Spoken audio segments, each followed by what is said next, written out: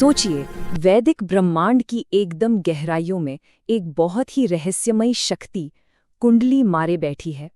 एक ऐसे देवता जिनके नाम में ही पूरी सृष्टि की नींव का राज छिपा है। जी हाँ, आज हम बात करने वाले हैं अहिर्बुद्ध की, जिन्हें गहराइयों का सर्प भी कहा जाता है। देखिए, अहिर्बुद्ध नाम में ही इनकी पूरी कहानी छिपी है।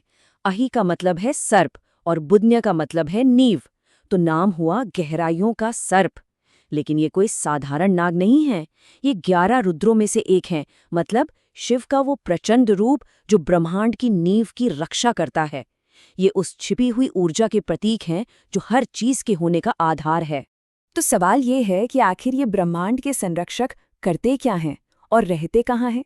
चलिए, पाताल लोक की कुछ कथाओं से इस रहस्य पर से पर्दा उठाते हैं।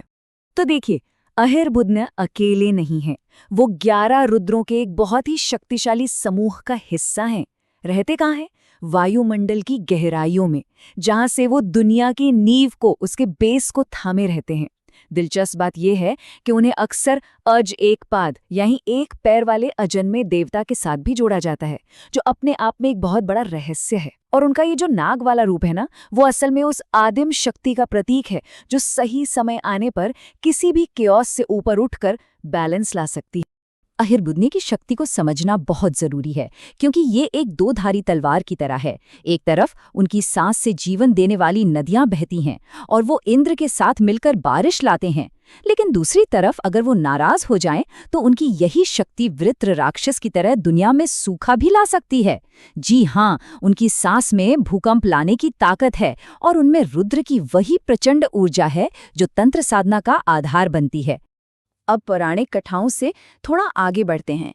अहिर्बुद्ध असल में हमारे भीतर की ही शक्ति का प्रतीक हैं, जिसे हम कुंडलिनी कहते हैं।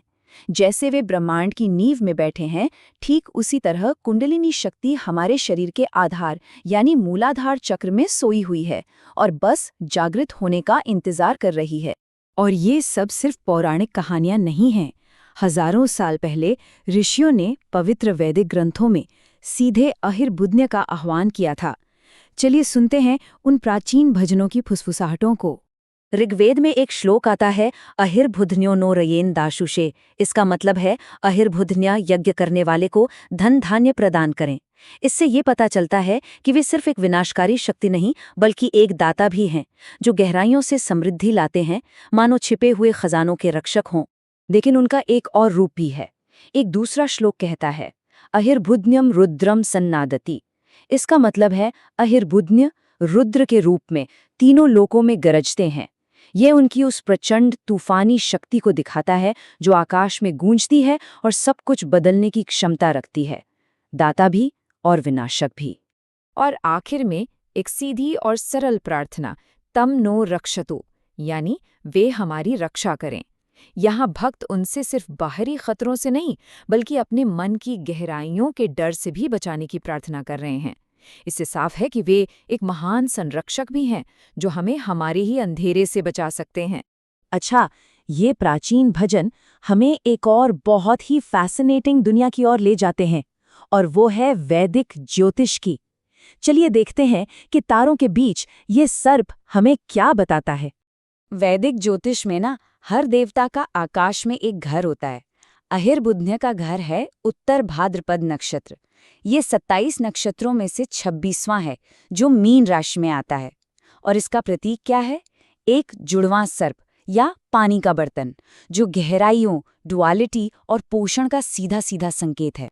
इस नक्षत्र की जो सबसे बड़ी शक्ति है, उसे कहते हैं वर्धन शक्ति, यानी किसी को नई ऊंचाइयों तक उठाने की शक्ति। यह वही ऊर्जा है जो कुंडलिनी को जगाकर हमें अपनी सीमित सोच की गहराइयों से निकालकर आध्यात्मिक मुक्ति की ओर ले जाती है। ये असल में ट्रांसफॉर्मेशन की शक्ति है। अच्छा, तो इस नक्षत्र की जो एनर्जी है वो कई चीजों से मिलकर बनती है। रूलिंग प्लैनेट है शनि, जो अनुशासन, डिसिप्लिन सिखाते हैं। एलिमेंट है पानी, जल, जो भावनाओं की गहराई देता है। और इसका गुण है तमस, मतलब बाहर की दुनिया से ध्यान हटाकर अपने अंदर देखने की प्रेरणा। ये सब जब मिलते हैं ना, तो एक बहुत ही गहरी और ट्रांसफॉर्मेटिव एनर्जी पैदा होती है। कहते हैं कि इस नक्षत्र में जन्मे लोग अक्सर गहरे विचारक, रहस्यवादी और आध्यात्मिक होते हैं। वो अकेले रहकर भी अद्भुत ज्ञान पा सकते हैं। लेकिन हाँ, सर्प की तरह उनमें कुछ नकारात्मक पक्ष भी हो सकते हैं, जैसे अकेलापन या दबा हुआ गुस्सा। फिर भी उनमें भ्रम के पर्दे को चीरकर कुंडलिनी शक्ति को साधने की एक अनोखी क्षमता होती है। तो इन सब पौराणिक कथाओं, प्राचीन भजनों और ज्योतिष का हमारे लिए, हमारे रोजमर्रा की जिंदगी के लिए क्या मतलब है? चलिए इस सारी ऊर्जा को अब अपने अंदर महसूस करते हैं। आखिर में सवाल तो यही उठता है कि ये प्राचीन सर्प हमें आज क्या सिखाना चाहता है? देखिए, अहिर बुद्धनिया का मार्ग हमें आत्मविकास का एक रास्ता दिखाता है। पहला कदम अपने मन की गहराइयों में उतरने से डरना नहीं है। दूसरा, अपनी सोई हुई शक्ति को पहचानना है। तीसरा, अनुशासन से उस भीतरी आग यानी कुंडलिनी को जगाना है। और आखिर में उस बदलाव को होने देना है जो इसके बाद आता है।